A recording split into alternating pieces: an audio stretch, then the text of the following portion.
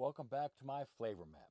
I'm Charlie, and today we're going to be exploring the true north of my kitchen, Charlie's Master Blend. Now, you know, a map is useless if you don't know where north is, right? In the Compass Café, this blend is my north. It's the baseline for almost every route I take with my cooking. Today, we aren't just mixing spices.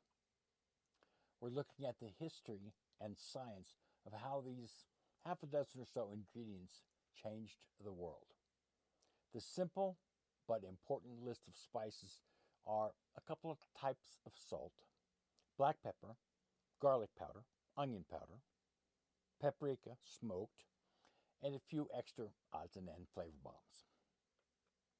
Now we start with the pillars, salt and pepper. But did you know that salt isn't just for salty flavor? No, it's a bitterness suppressor.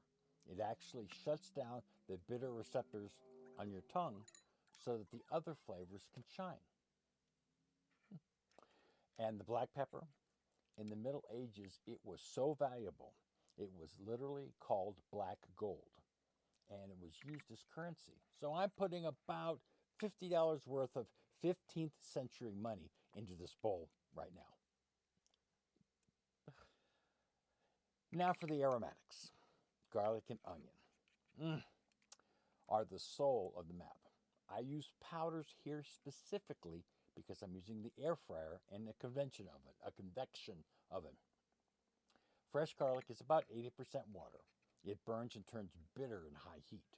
This powder is a concentrated soft neck garlic. It's mellow, it's sweet, and it melts into the food rather than sitting on top of it. Now, this is the traveler, paprika. It's a native to right here in the Americas. Columbus took it back to Spain in the 1400s, where monks started smoking the peppers over oak fires to preserve them. It took about 500 years trip to come back around the world just to end up back here in my kitchen in the high desert. Now that red color isn't just for looks. It's full of natural sugars that caramelize at about 400 degrees to give that perfect crust that we're looking for. I pack all of these in heat seal mylar bags to keep the desert heat and the condensation humidity out. I keep the bulk fresh in a bag and just refill my shaker as I need it. Now in the next episode, I'm going to show you what this looks like when it hits the air fryer. This is your starting point. If you have a master blend of your own, tell me about it in comments.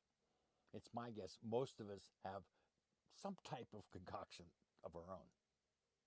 Now it just goes to show, even when the recipe changes, you can still cook up life, love, and fun.